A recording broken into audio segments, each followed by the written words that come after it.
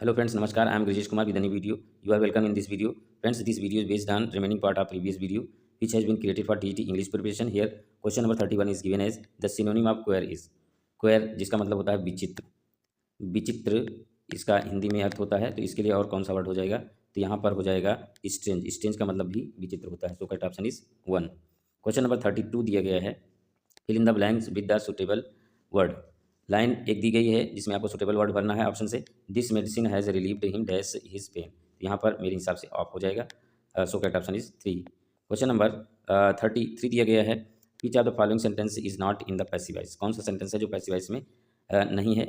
Option से बताना है। तो यहाँ पर दिया गया है who will forward your application, ये पैसिव वॉइस में नहीं है, एक्टिव वॉइस में है। So correct option is 4। Next question, question number 34। Question number 34 is punctuate. यहाँ पंक्चुएट की स्पेलिंग गलत है। पंक्चुएट द फॉलोइंग लाइन, यहाँ पर पंक्चुएशन आपको बताना है। तो इसका पंक्चुएशन यहाँ पर दिया गया है ऑप्शन नंबर 1 में। The old man chuckled and said you have at learned, यहाँ पर टी होना चाहिए। How to fly a kite properly my child, ये आंसर हो जाएगा इसका। क्वेश्चन नंबर 35 दिया गया है। Question number 35 is which of the following sentences in passive voice. यहाँ पर कौन सा सेंटेंस है जो पैसिव वॉइस में दिया गया है? तो यहाँ पर दिया गया है it is requested to let me sleep now. So correct option is 4। Question number 36 यहाँ पर दिया गया है। Question number 36 is as follows.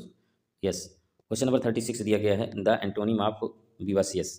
विवासियस का मतलब होता है जो फुर्तीला हो, जीवंत हो, जो शीला हो। जो शीला आप कह सकते हैं इसके लिए, जो शीला जो हो उसके लिए।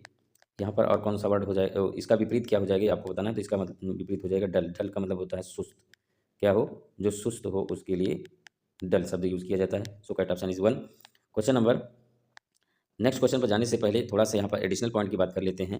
विवासियस का मतलब होता है lively, active, one mature, sportive. तो इस इतनी सारी मीनिंग इसकी यहाँ पर दी गई हैं, ये भी याद रखिए आप। क्वेश्चन नंबर 37 दिया गया है he is an author and publisher. यहाँ पर आपको सही वर्ड भरना है। तो यहाँ पर 2 हो जाएगा मेरे हिसाब से। भी के अर्थ में, किसके अर्थ में? भी के अर्थ में। तो इसका सही ऑप्शन 2 हो जाएगा।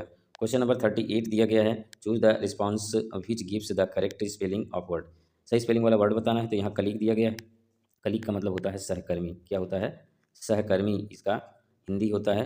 तो यहाँ पर ऑप्शन 3 सही हो जाएगा। क्वेश्चन नंबर 39 दिया गया है, in the blanks with suitable word. Sentence है I am badly in need dash money. तो यहाँ पर ऑफ हो जाएगा मेरे हिसाब से। तो इसका ऑप्शन 1 सही हो जाएगा। नेक्स्ट क्वेश्चन, क्वेश्चन नंबर 40 दिया गया है, which are the following word is the meaning of to pick holes. To pick holes का मतलब होता है दोष निकालना। क्या मतलब होता है? दोष निकालना। तो इसके लिए मीनिंग आपको बताना है। यहाँ पर इसकी मीनिंग क्या हो जाएगी? यहाँ पर हो जाएगा to find fault with. So correct option is 3। Question number 41 दिया गया है, what is the synonym of pernicious. Pernicious की यहाँ पर सिनोनिम बतानी है। परनिशियस का मतलब होता है विनाशक। क्या होता है? विनाशक, जो विनाश करता हो, विनाशक। और इसके लिए यहाँ पर जो है इसका सिनोनिम हो जाएगा ruinous. So correct option is 1। Pernicious की और भी यहाँ पर मीनिंग दी गई है, डिस्ट्रक्टिव होता है, इन्फ्यूरियस भी होता है।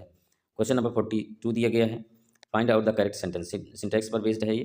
करेक्ट सेंटेंस आपको बताना है। तो यहाँ पर हो जाएगा my son is desirous join of, फिर से सुने, my son is desirous of joining the army. तो यहाँ पर ये सही हो जाएगा option 2। Next question, question number 43। Question number 43 is as follows. Question number 43, identify the figure of speech in the following line. The fire of passion made him blind. Fire of passion, ये जो है metaphor है, यहाँ पर metaphor हो जाएगा। और एक बात मैं आपको बताऊं कि यहाँ फायर को पैशन कहा गया है, मतलब कि किसी नॉन लिविंग को लिविंग का रूप दिया गया है, क्योंकि पैशन जो है ये मानवीय गुण होता है। तो इस हिसाब से पर्सोनिफिकेशन भी यहाँ पर हो सकता है। आप इस बात से सहमत हैं या नहीं सहमत हैं? कमेंट के माध्यम से अवश्य बताएं। ये रेन एंड मार्टिन से लिया गया है। क्वेश्चन नंबर 44 है, द सोनेट कंसिस्ट ऑफ। ये बहुत ही आसान है, इसका आंसर आप कमेंट के माध्यम से बताएं। कई बार मैंने अपनी वीडियोज़ में बताया है। क्वेश्चन नंबर 45 दिया गया है। Question number 45 is who is the heroine in Shakespeare Tempest. Shakespeare की टेम्पेस्ट में हीरोइन कौन होती है? तो ये दिया गया है यहाँ पर Mirinda. So correct option is 4। अगर एडिशनल पॉइंट की बात करें तो टेम्पेस्ट जो है 1611 में लिखा गया था शेक्सपियर के द्वारा, और मिरिंडा जो है इसकी हीरोइन होती है। एक बात मैं और आपको बता देता हूँ कि मिरिंडा का जो फियांस होता है, उसका लवर जो होता है वो फर्डिनांड होता है, और मिरिंडा जो है प्रोस्पेरो की बेटी होती है। क्वेश्चन नंबर 46 दिया गया है, वैसिनियो इज मैरिड टू। वैसिनियो की शादी किससे होती है? पोर्सिया। यहाँ पर इसका आंसर दिया गया है। So correct option is 1।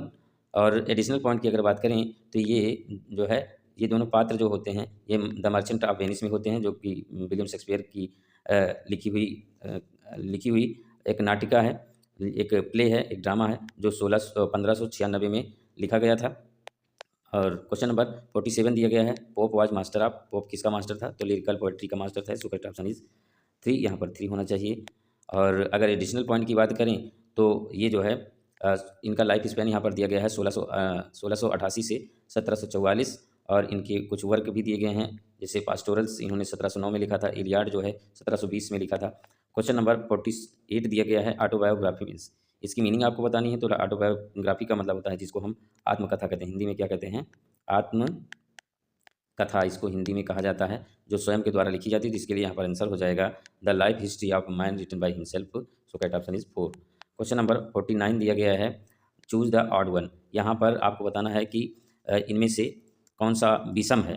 तो यहाँ पर मैं आपको बताऊँ कि ये जो दिए गए हैं ये सारे विलियम शेक्सपियर के ड्रामा हैं, जिसमें से एक जो है ऑड है, हैमलेट, ओथेलो, किंग लियर, ये सभी जो हैं ये ट्रेजेडी हैं, और टेम्पेस्ट जो है ये कॉमेडी है। तो इसलिए यहाँ ऑप्शन 2 सही हो जाएगा, ये ऑड है। Question number 50, question number 50 is as follows. Question number 50 में है, Macbeth sees the ghost of. Macbeth किसके भूत को देखता है? तो यहाँ पर हो जाएगा बैंको के भूत को देखता है। तो यहाँ पर ऑप्शन 1 सही हो जाएगा। थोड़ा सा एडिशनल पॉइंट की बात करें तो Macbeth is Shakespeare's great tragedy written in 1605, 1605 में इन्होंने मैकबेथ लिखा था। क्वेश्चन नंबर 51 दिया गया है, the novels of R K Narayan are set in. R K Narayan के नॉवल कहाँ सेट किए गए थे? मालगुडी डेज, यहाँ पर आंसर दिया गया है ये। So correct option is 3। Question number 52 दिया गया है, the form of poetry in which group of telling story usually sad and painful is called. As poetry की ऐसी फॉर्म जिसमें जो है शोक युक्त कहानी का वर्णन किया जाता है, दर्दयुक्त कहानी का वर्णन किया जाता है, तो ये बैलेट कहलाता है। So correct option is 4। Question number 53 दिया गया है, paradise lost consist of dash books. ये भी बहुत आसान है, इसका आंसर आप कमेंट के माध्यम से आप बताइए। क्वेश्चन नंबर 54 दिया गया है, romantic movement had its antecedents in. इसका आंसर आपको करना है, तो ये शेक्सपियरियन कॉमेडी हो जाएगा। So correct option is 2। और क्वेश्चन नंबर 55 दिया गया है, शेक्सपियर वाज बॉर्न इन। ये भी बहुत आसान है, इसका भी आंसर आप कमेंट के माध्यम से बताएं। यहाँ पर थोड़ा सा एडिशनल पॉइंट की अगर बात करें तो शेक्सपियर के लाइफ स्पैन को जो है 4 भागों में बांटा गया था। फर्स्ट पीरियड इनका जो होता है 1588 से 1593 होता है। सेकंड पीरियड होता है 1594 से 1600 होता है। थर्ड पीरियड जो होता है 1601 से 1608 तक होता है। फोर्थ पीरियड जो होता है 1609 से 1612 माना जाता है। Next question, question number 56। Question number 56 is the first play of Galsworthy. Galsworthy का पहला प्ले क्या होता है? तो ये होता है सिल्वर बॉक्स, जिसको इन्होंने लिखा था, सिल्वर बॉक्स को 1906 में लिखा था। और गाल्सवर्दी का यहाँ पर लाइफ स्पैन दिया गया एडिशनल पॉइंट के रूप में, 1667 में जन्मे थे और 1933 में इनका देहांत हुआ था। और इन्होंने जस्टिस लिखा था 1910 में, स्किन गेम लिखा था 1920 में, और लॉयल्टी जो है इन्होंने लिखा था 1922 में। इनको नोबेल प्राइज़ भी मिला था। किस ईयर में मिला था इनको नोबेल प्राइज़? आप कमेंट के माध्यम से बताइए। क्वेश्चन नंबर 57 दिया गया है, Gitanjali in English was published in. Gitanjali का पब्लिकेशन इंग्लिश में कब हुआ? तो यहाँ पर आंसर दिया गया है 1912। So correct option is 2। Question number 58 दिया गया है, who composed these famous lines, beauty in truth, truth beauty that is all ye know on earth and all ye need to know. ये लाइन किसके द्वारा है? तो ये कीट्स के द्वारा कही गई लाइन है। So correct option is 1। थोड़ा सा एडिशनल पॉइंट की अगर बात करें तो John Keats was born in 1795। इनका जन्म जॉन कीट्स का जन्म 1795 में हुआ था और इनका निधन 1821 में हुआ था। इन्होंने बहुत सारी रचनाएं की हैं। द हाइपेरियन जो 1818 से 1819 में की गई, ला बेली जेम्स मर्सी जो कि इनकी बहुत ही लोकप्रिय रचना है, और सेंट एगेनिस्ट 1810 में लिखी गई, इसाबेला जो है 1818 में, और ओट्स इन्होंने बहुत सारे लिखे थे 1818 में। Next question, question number 59। Romanticism idealism are the main features of. ये किसके मेन फीचर होते हैं? तो ये होते हैं विक्टोरियन लिटरेचर के। सो correct option is 2। Question number 60 and last question of this session, I will continue creating videos for TET English preparation if you support me by subscribing my channel. Question number 60 is poetry is the image of man and nature. These are the words. ये किसके word हैं ये आपको बताना है। तो यहाँ पर दिया गया है Wordsworth. So correct option is 2। अगर थोड़ा सा एडिशनल पॉइंट की यहाँ पर बात करें तो वर्ड्सवर्थ का लाइफ स्पैन यहाँ पर दिया गया है 1770 में इनका जन्म हुआ था और 1850 में इनका निधन हुआ था। और इन्होंने बहुत सारी रचनाएं की हैं। लिरिकल बैलेट की रचना इन्होंने 1798 में की है, जो कि TGT के लिए बहुत ही इंपॉर्टेंट है, अक्सर पूछा जाता है। द प्रिल्यूड जो इनकी लोकप्रिय रचना है, ये 1805 में लिखी गई और इसका पब्लिकेशन जो है इनकी मृत्यु के समय, जिस ईयर में इनकी मृत्यु हुई उस समय हुई, मतलब 1850 में। और एक्सर्शन लिखा इन्होंने 1814 में, और द बॉर्डर्स इन्होंने लिखा 1842 में। लिरिकल बैलेड इन्होंने 1798 से लेकर के 1800 में लिखा था। तो फ्रेंड्स आज की वीडियो में बस इतना ही। यदि वीडियो आपको अच्छा लगे तो लाइक करें, ना अच्छा लगे डिसलाइक करें, कमेंट करना बिल्कुल भी ना भूलें। और यदि इस वीडियो से आपको कुछ लाभ मिलता है तो please support me, subscribe my channel to get notification as soon as you wish. Thank you very much.